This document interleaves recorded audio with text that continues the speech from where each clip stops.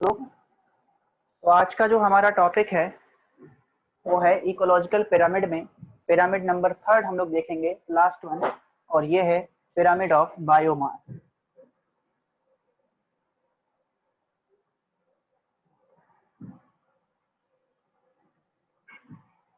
Pyramid of biomass. तो यदि जो बायोमास के पिरामिड को हम समझेंगे तो सबसे पहले बायोमास का मतलब क्या होता है वो देख लेते हैं। बायोमास का मतलब है total dry weight of an organism is called biomass. किसी भी ऑर्गेनिज्म के टोटल ड्राई वेट को हम बायोमास कहते हैं। तो total dry weight of an organism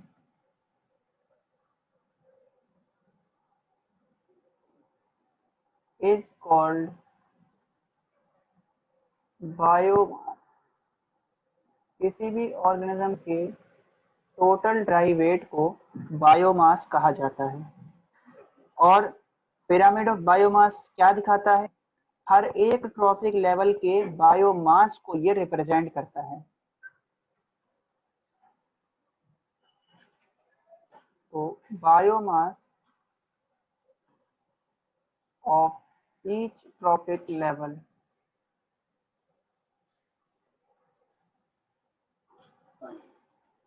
represented by pyramid of biomass। और जो बायोमास का पिरामिड है ना, ये एक्वेटिक इकोसिस्टम में और टेरेस्टेरियल इकोसिस्टम में अलग अलग हो सकता है। तो सबसे पहले हम देखते हैं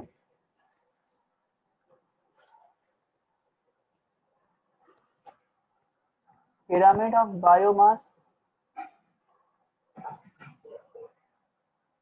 ऑन टेरेस्टेरियल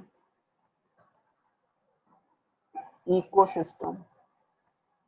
यदि जो टेरेस्टेरियल इकोसिस्टम पे बायोमास के पिरामिड को देखेंगे, टेरेस्टेरियल इकोसिस्टम का मतलब ग्रासलैंड में देख रहे हैं, तो यहाँ पर क्या रहेगा आपको, ये शो करता है अपराइट पिरामिड। इसमें आपको सीधा पिरामिड मिलेगा। अपराइट पिरामिड का मतलब है कि यहाँ पर प्रोड्यूसर का नंबर सबसे ज्यादा रहेगा,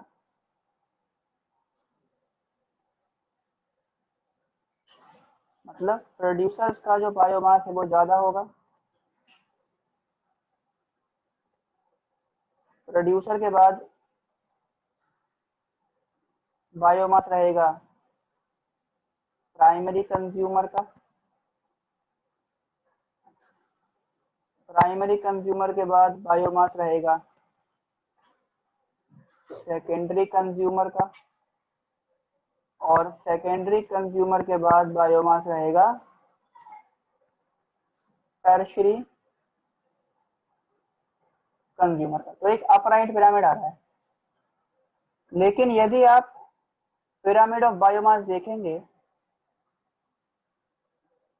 pyramid of biomass in aquatic ecosystem, aquatic ecosystem में यदि आप बायोमास के पिरामिड को देखेंगे तो वो कैसा रहेगा, जैसे इसमें हो जाएगा आपका पॉन्ड हो गया। जैसे ये कैसा शो करेंगे, show inverted pyramid. Aquatic ecosystem में जो बायोमास का पिरामिड है वो इन्वर्टेड आता है। ठीक है, मतलब क्या होगा कि जो एक्वेटिक इकोसिस्टम है, इसमें मैं आपको ये एग्जांपल के साथ बताता हूँ। इसमें क्या होगा, इसके अंदर ना जो प्रीडेटरी बर्ड हैं उनका नंबर ज्यादा है।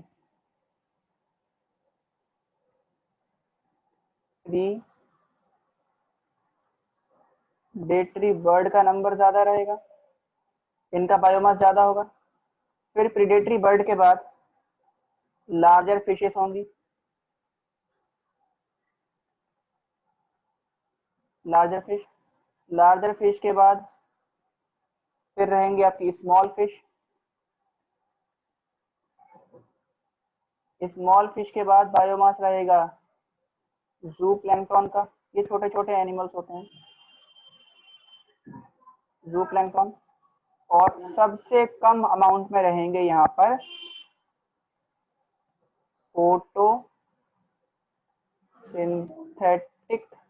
ऑर्गेनिज्म, इनका बायोमास सबसे कम है। तो यहाँ पर क्या हो रहा है, आपको प्रोड्यूसर बहुत कम है और कंज्यूमर क्या है, बढ़ते जा रहे हैं। ठीक है, तो ये हो गया आपका pyramid of biomass in aquatic ecosystem. ये क्या होता है, इन्वर्टेड होता है। और इसके इन्वर्टेड होने का रीजन है क्योंकि एक्वेटिक इकोसिस्टम में सनलाइट उतनी ज्यादा नहीं पहुंच पाती, इसलिए यहाँ प्रोड्यूसर का नंबर क्या होता है, कम रहता है। तो ये हो गए आपके पिरामिड्स। तो इकोलॉजिकल पिरामिड्स हमने सारे समझ लिए, तीनों पिरामिड्स हमारे क्लियर हो गए हैं। अब हम पिरामिड के बाद आगे बात करेंगे कि हमारी जो एक्टिविटी हैं उनसे हमारा एनवायरनमेंट किस तरह से अफेक्ट होता है। तो activities affect the environment. Next topic हम समझते हैं, activities affect the environment. Next topic है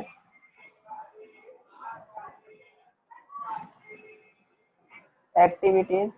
सर एक बार वो पेज निकालना दोबारा। हाँ ठीक है तो ओके, इतना जोर से मत चिल्लाया करो।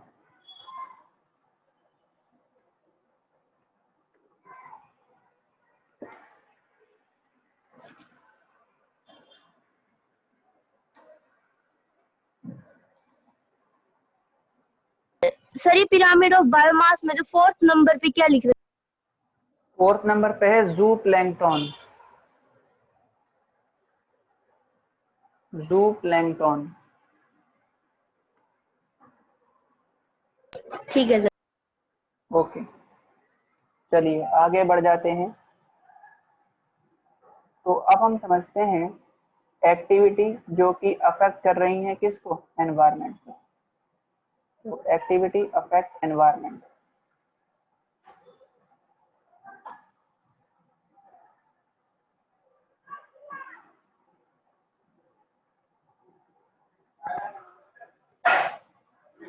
तो देखिए एक्टिविटी कौन कौन सी एक्टिविटीज हैं जिनसे हमारा एनवायरनमेंट अफेक्ट होता है। तो इसमें दो मेन एक्टिविटी हम देखेंगे। हमारी एक्टिविटी की वजह से क्या होगा, सॉलिड वेस्ट बढ़ेगा और इसके अलावा जो ओजोन है वो डिप्लीट होगी। हमें यहाँ पर सॉलिड वेस्ट और ओजोन डिप्लीशन को समझना है। तो सबसे पहली जो प्रॉब्लम आती है, जो ह्यूमन एक्टिविटी की वजह से फर्स्ट प्रॉब्लम क्रिएट होती है, वो है सॉलिड वेस्ट। देखिए सॉलिड वेस्ट, तो यदि जो सॉलिड वेस्ट की बात करें तो सॉलिड वेस्ट वगैरह कहाँ से आ सकता है, जैसे हमारा इंडस्ट्रियल वेस्ट हो सकता है, इसमें हमारा एग्रीकल्चरल वेस्ट हो गया, पेपर हो गया, पेन हो गया, इसके अलावा हमारा किचन वेस्ट हो गया, ऑफिस वेस्ट हो गया हमारा, ये सारी चीजें, ह्यूमन एक्सक्रीटा भी इसमें हो जाएगा। इसके अलावा इसमें हमारे पास कुछ जो आर्टिकल्स हैं, पेबल्स हैं, ये सारी चीजें मिलकर क्या बनाएंगे, सॉलिड वेस्ट बनाएंगी। और जो सॉलिड वेस्ट है इसको हमने दो कैटेगरी में बांटा है, अभी मैं लिखवाऊंगा आपको, पहले आप समझ लीजिए। सॉलिड वेस्ट को हमने दो कैटेगरी में क्लासिफाई किया है। एक है आपका बायोडिग्रेडेबल और दूसरा है नॉन बायोडिग्रेडेबल। एक तो वो है जो बायोलॉजिकली माइक्रोब्स की मदद से डिग्रेड हो सकता है, और दूसरा है नॉन बायोडिग्रेडेबल, जिसको हम वेस्ट ही नहीं, जिसको हम क्या कहते हैं, डिग्रेड नहीं कर सकते। तो फिर हम क्या करेंगे, इस नॉन बायोडिग्रेडेबल को दो कैटेगरी में डिवाइड कर लेंगे। एक इसमें से निकाल लेंगे रिसाइक्लेबल या रीयूजेबल, जिसको हम दोबारा से यूज कर सकते हैं, और दूसरा निकालेंगे हम नॉन रिसाइक्लेबल या फिर नॉन रीयूजेबल। ठीक है, तो जो सॉलिड वेस्ट है इसमें बायोडिग्रेडेबल वेस्ट में क्या क्या आ जाएगा, जैसे ह्यूमन एक्सक्रीटा हो गया, डंग हो गया, वेजिटेबल वेस्ट हो गया, फ्रूट कंपोनेंट्स हो गए, ये सारी चीजें हो गई, ये कंपोस्ट हो गया। तो ये सारी चीजें क्या आ जाएंगी आपकी, बायोडिग्रेडेबल आ जाएंगी। और जो नॉन बायोडिग्रेडेबल है उसमें क्या आ जाएगा, उसमें आपका आ जाएगा जैसे प्लास्टिक हो गया, पेपर हो गया, पेन हो गया, इसके अलावा कुछ रेडियो एक्टिव वेस्ट हो गया, इसके अलावा कंप्यूटर्स होगा, ये इलेक्ट्रॉनिक डिवाइसेस हो गई, ये सारी की सारी आती है नॉन बायोडिग्रेडेबल में। अब फिर इनमें से हम निकाल लेंगे जो हम यूज कर सकते हैं, उसको अलग कर लेंगे रिसाइक्लेबल, और बाकी रह जाएगा नॉन रिसाइक्लेबल। तो रिसाइक्लेबल को नॉन रिसाइक्लेबल से अलग करने में जो इंपॉर्टेंट रोल प्ले करता है वो होता है कबाड़ी वाला। कबाड़ी वाला क्या करेगा, रिसाइक्लेबल वेस्ट को अलग करेगा और नॉन रिसाइक्लेबल को अलग कर देगा। और जो रिसाइक्लेबल वाला वेस्ट है उसको वो क्या करेगा, इंडस्ट्रीज के अंदर दे देगा, ताकि वहां पर उसको हम दोबारा से किसी पर्पस के रूप में यूज कर सकते हैं। और जो नॉन रिसाइक्लेबल वेस्ट है उसको हम ले जाएंगे कुछ एरियाज के अंदर, लैंडफिल्स के अंदर, उसको क्या करेंगे हम लोग, इंसिनरेटर्स के अंदर जो भट्टियां होती हैं उन भट्टियों में डाल देंगे, जहां पर टेम्परेचर होता है 1000 डिग्री के आसपास, और वहां पर वो बर्न हो जाएगा, खत्म हो जाएगा। जबकि जो बायोडिग्रेडेबल बचा, इनको क्या करोगे, इनको आप लैंडफिल्स में ले जाओगे, इनको गड्ढे करके उसमें दबा दिया जाएगा। उसमें क्या होगा, जो माइक्रो ऑर्गेनिज्म है वो इस पे अटैक करेंगे और इसको धीरे धीरे वो डिग्रेड करेंगे, और डिग्रेड करके क्या बताएंगे, इसको डिग्रेड करके वो लोग खत्म कर देंगे। इसके अलावा इससे कॉम्पोस्ट की फॉर्मेशन हो जाएगी, और फिर उस कॉम्पोस्ट को हम लोग एज ए मैन्योर के रूप में अपने फील्ड के अंदर यूज कर लेंगे। तो ये हो गया हमारा बायोडिग्रेडेबल वेस्ट भी। और इसी के साथ हमने सॉलिड वेस्ट पढ़ लिया, और ये देख लिया कि सॉलिड वेस्ट को हम लोग किस तरह से डिस्पोज कर सकते हैं। ठीक है, कोई डाउट नहीं है इसमें आपको। सबसे पहले आप सॉलिड वेस्ट के बारे में लिखें कि सॉलिड वेस्ट होता क्या है। देखिए, दीज आर दी, हेडिंग दीजिएगा सॉलिड वेस्ट और लिखिए, these are the waste these are the waste which comes from which comes from industries which comes from industries comma agricultural field which comes from industries comma agricultural fields, schools, hospitals, households। Sir दोबारा Next one, बोलना। these are the waste which comes from industries, agricultural field,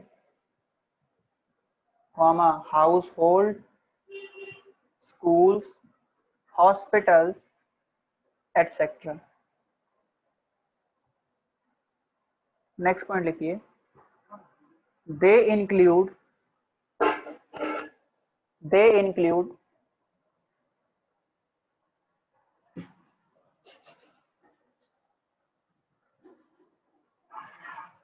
fruits waste, they include fruits waste, comma vegetable waste, fruit waste, comma vegetable waste, comma human excreta, pebbles, plastic, glass, sand, brick, rubber, paper, etc. etc. Next point लिखिए, solid waste are classified into two categories. Solid waste are classified into two categories. इसमें नंबर 1 लिखिए, biodegradable waste. Solid waste are classified into two category. इसमें पहला लिखिए biodegradable waste, और इसमें लिखो बायोडिग्रेडेबल में क्या होता है, बायोडिग्रेडेबल वेस्ट, और इसमें लिखिए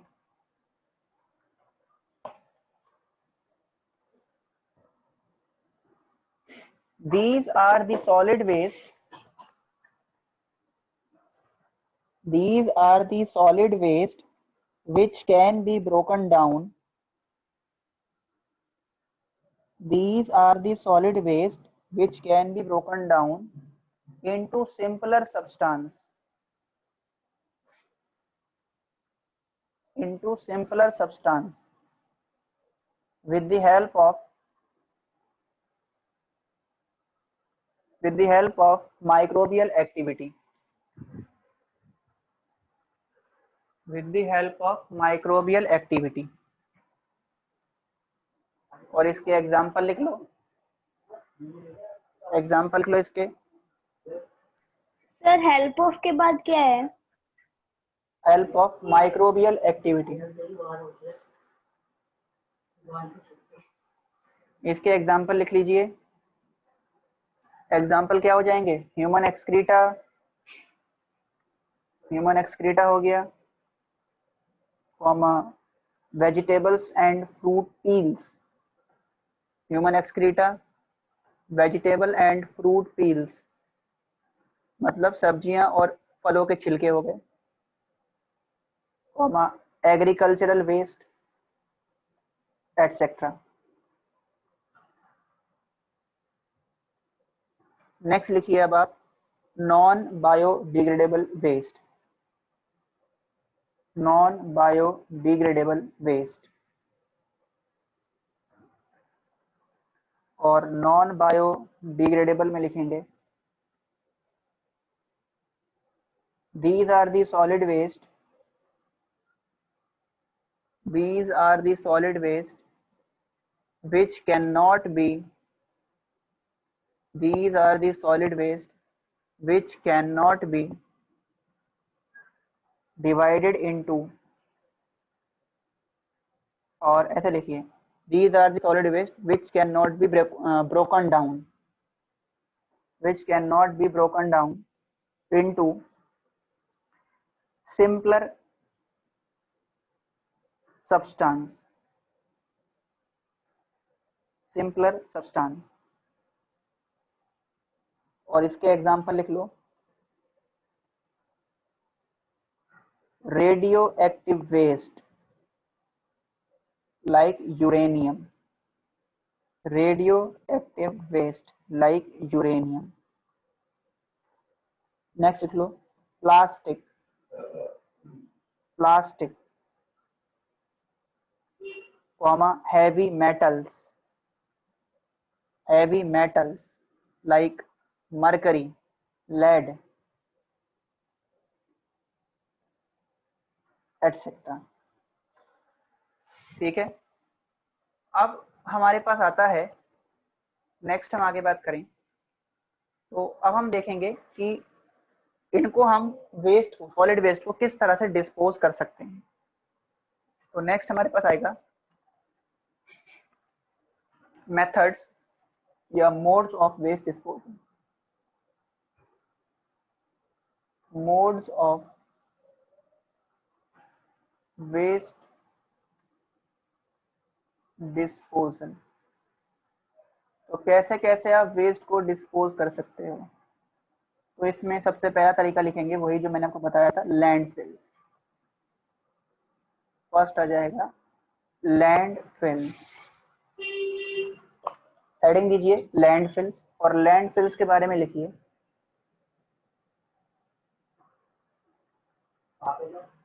in this method, in this method most of the solid waste, in this method most of the solid waste are buried in the low lying area,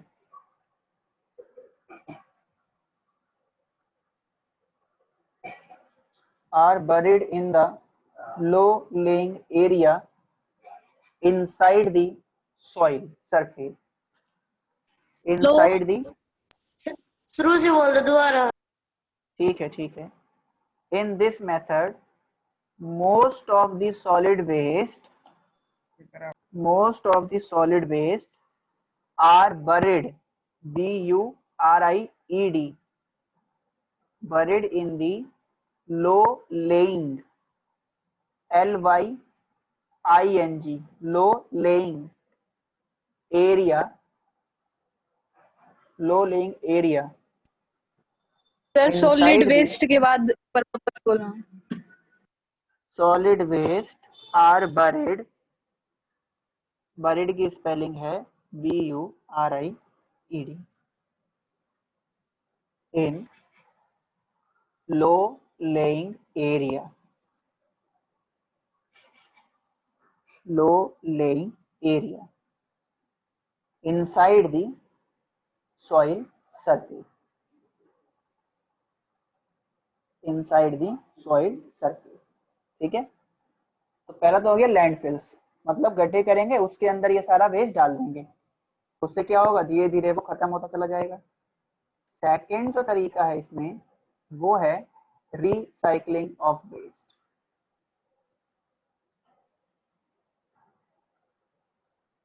recycling of waste, और इसमें क्या करेंगे, तो लिखिए in this method, in this method the number of solid waste, in this method the number of solid waste like paper, plastic, metal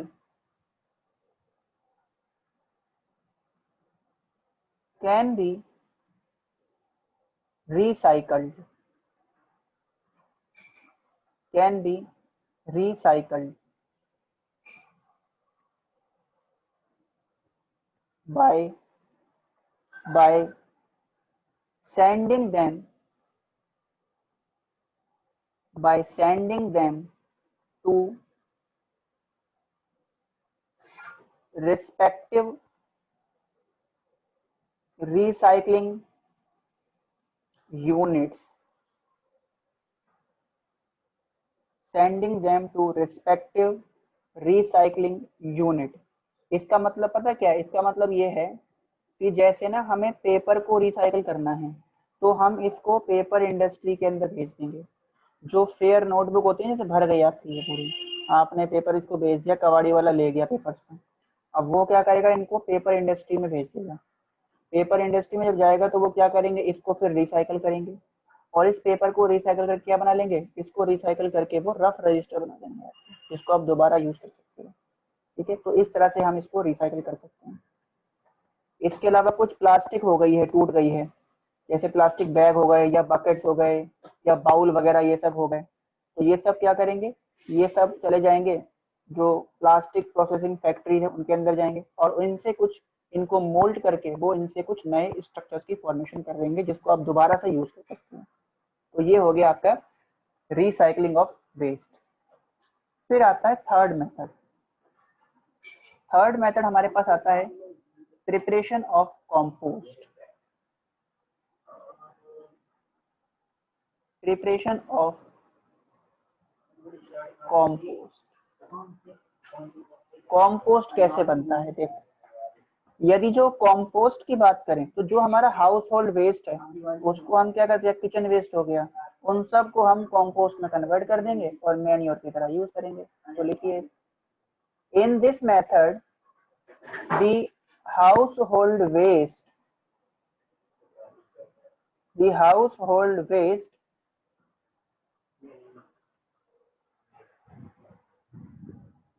are converted into compost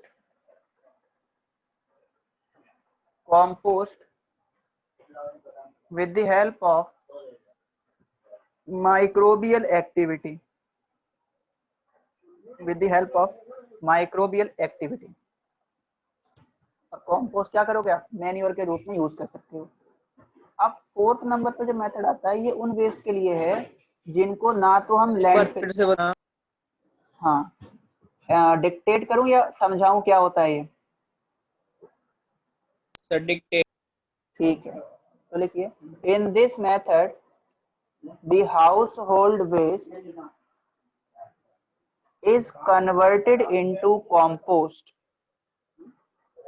The household waste is converted into compost with the help of microbial activity. With the help of microbial activity. ठीक है जी।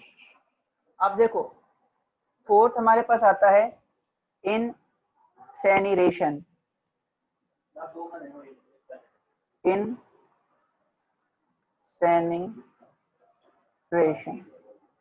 इसमें क्या करते हैं हम, इसके अंदर ना हम वो वेस्ट लेते हैं जिसको ना तो हम जिससे कंपोस्ट बना सकते हैं, ना उसको रिसाइकल कर सकते हैं, और ना ही उसको लैंडफिल में डाल सकते हैं। तो ऐसा सारा वेस्ट हम इंसेनिरेटर्स के अंदर डाल देते हैं, भट्टियों में डाल देंगे, जिसका टेम्परेचर होगा 1000 डिग्री के आसपास। वहां पर इसे डालेंगे और डालते ही ये सारा वेस्ट जो है वो राख बन जाएगा, जल जाएगा। फिर जलाने के बाद क्या करेंगे, इस सारी राख का हम फिर इस सबको हम लोग लैंडफिल्स के अंदर दबा देंगे। ठीक है जी। तो लिखिए, in this method the solid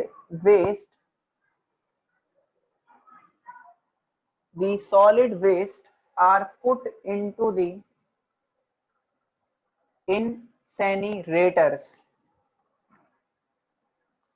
The solid waste are put into the incinerators, which has the temperature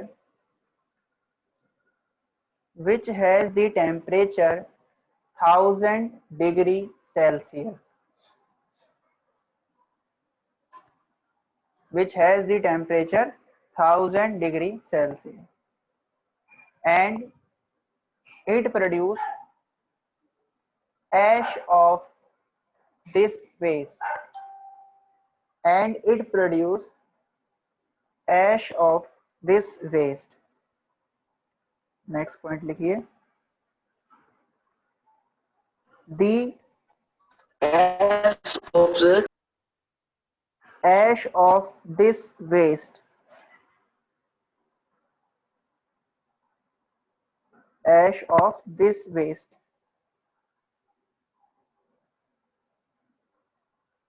next point लिखिए,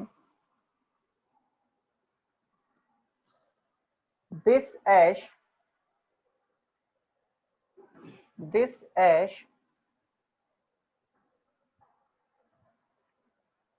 then फिर से बोलना। disposed this ash then disposed into the landfills. Disposed into the landfills. तो ये हमने देख लिया solid waste और सॉलिड वेस्ट का डिस्पोजल। अब आप एक क्वेश्चन लिखें जो आप लोग करेंगे। लिखिए, गिव द डिफरेंस बिटवीन, ये आपको अपनी फेयर नोटबुक में ही कर लेना है। Give the difference between biodegradable and non biodegradable waste. Give the difference between biodegradable and non biodegradable waste। तो जो बायोडिग्रेडेबल है और नॉन बायोडिग्रेडेबल है, इसके बीच में डिफरेंस आपको लिखना है। मॉड्यूल में जाइएगा, पेज नंबर 42 पे आपको डिफरेंस मिल जाएंगे, वो लिख लेना। 5-6 डिफरेंस होंगे, सारे लिख लेना। अब हम इस चैप्टर के जो सेकंड पार्ट है, एक तो हमने पढ़ लिया सॉलिड वेस्ट, दूसरा जो ह्यूमन एक्टिविटी की वजह से जो एनवायरनमेंट में लॉस हो रहा है उसको हम समझ लेते हैं, और वो है हमारा डिप्लीशन ऑफ ओजोन लेयर। तो सेकंड है depletion of ozone layer.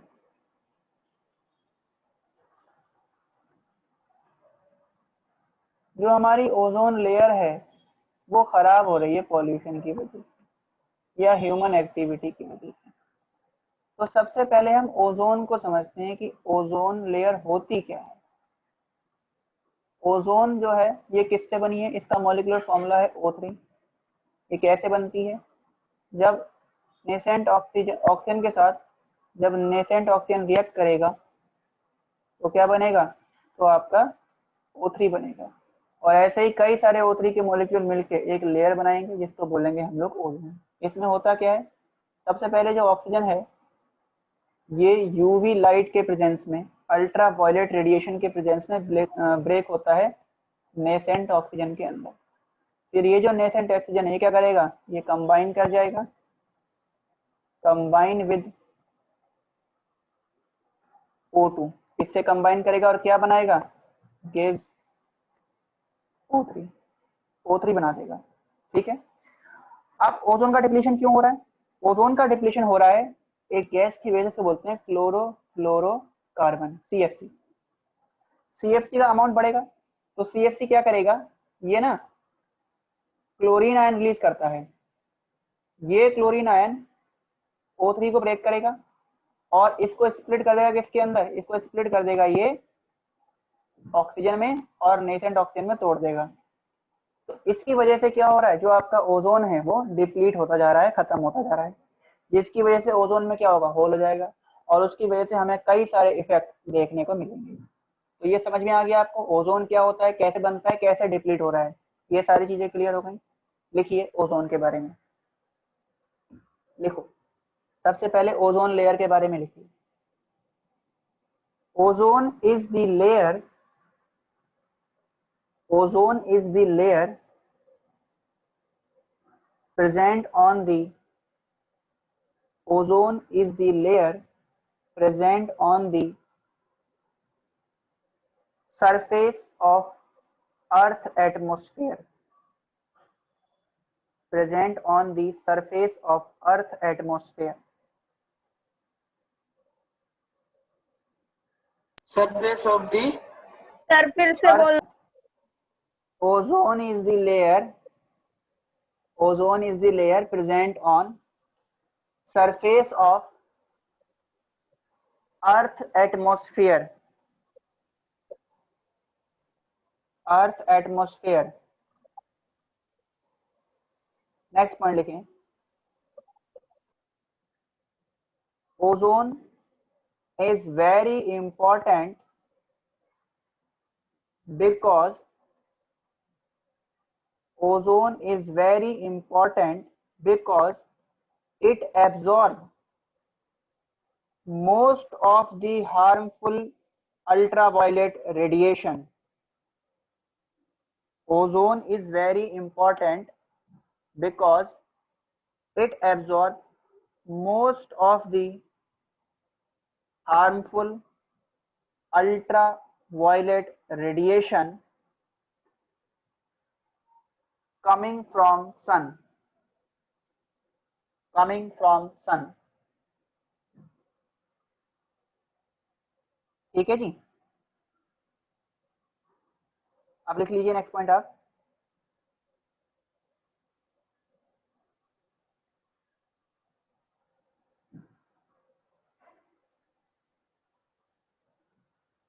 The ultraviolet radiation split the ultraviolet radiation split the oxygen molecule into nascent oxygen,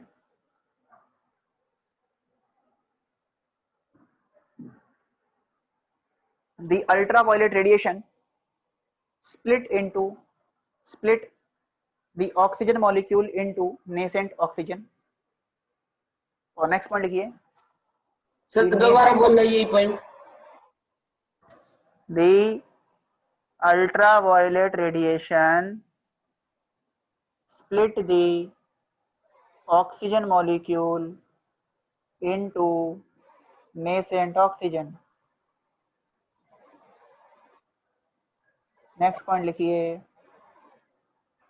the nascent oxygen combine with oxygen molecule the nascent oxygen combine with oxygen molecule to give ozone molecule। ये जो reaction आपके सामने लिखी है दो, ये लिख लीजिए। डेफिनेशन एक बार नहीं करूंगा रिपीट, क्या कर रहे हो इतनी देर से।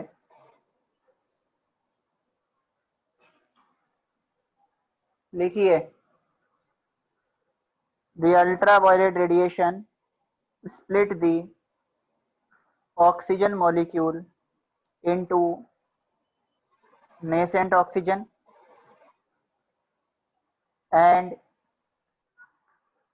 the nascent oxygen combine with oxygen molecule to give ozone molecule। आपके सामने जो ये दो रिएक्शन लिखी हैं ये लिख लीजिए, ठीक है। इसमें पहला लिखा है ये O2 के ऊपर जब यूवी रेज एक्ट करेगी तो बनेगा नेसेंट ऑक्सीजन, फिर ये कंबाइन करेगा O2 के साथ में नेसेंट ऑक्सीजन तो बना देगा O3। ये रिएक्शन लिखिए। अब आप हेडिंग दीजिए depletion of ozone. Depletion of ozone, heading दीजिए डिप्लीशन ऑफ ओजोन। और डिप्लीशन ऑफ ओजोन में लिखेंगे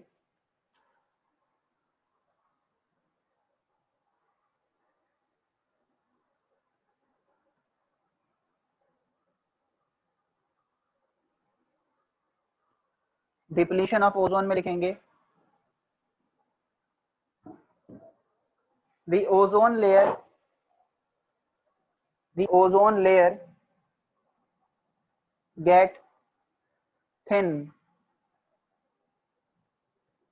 The ozone layer get thin due to the action of the ozone layer get thin due to the action of some harmful gases। some harmful gases, और वो gases कौन कौन सी हैं लिखिए, like CFC। CFC की full form लिख लो, chlorofluorocarbon, ठीक है, क्लोरोफ्लोरोकार्बन। दूसरा लिख लीजिए NO2 ऑक्साइड ऑफ नाइट्रोजन या नाइट्रोजन ऑक्साइड। और तीसरा लिख लीजिए मीथेन, स्मॉल अमाउंट में मीथेन भी है, ठीक है। तो इन गैसेस की वजह से ओजोन की लेयर थिन हो रही है, इसको बोलते हैं हम लोग ओजोन डिप्लीशन। अब ओजोन डिप्लीशन जब होगा तो उसका क्या इफेक्ट पड़ेगा, तो उसकी वजह से जो अल्ट्रावायलेट रेडिएशन है जिसको पहले ओजोन रोक रहा था अर्थ के सरफेस के अंदर आने से, वो अब क्या होगा, अर्थ सरफेस के अंदर एंटर कर जाएगा। और जब ये अर्थ सरफेस के अंदर एंटर कर जाएगा तो क्या करेगा, ये ह्यूमन के लिए स्किन कैंसर कॉज कर सकता है। इसके अलावा ये हमारी आंखों को भी डैमेज कर सकता है। तो लिखेंगे हम effect of ozone depletion.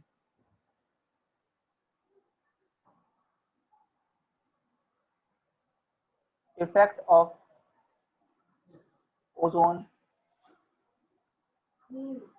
Depletion. इसमें सबसे पहला इफेक्ट लिखिए, हेडिंग दे दीजिए इफेक्ट ऑफ ओजोन डिप्लीशन, और इसमें फर्स्ट पॉइंट लिखेंगे ultraviolet radiation causes skin cancer.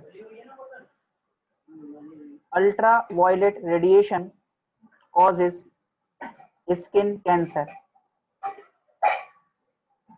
Second लिखिए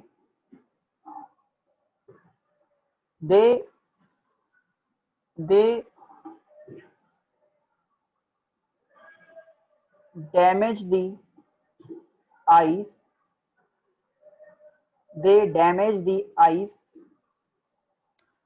by inducing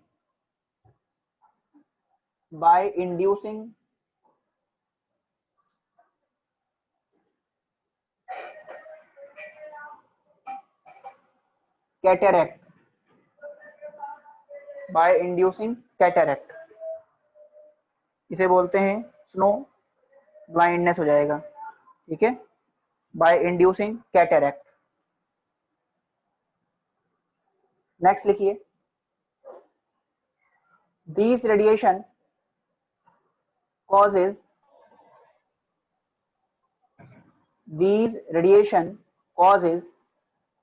damage to immune system. These radiation causes damage to immune system.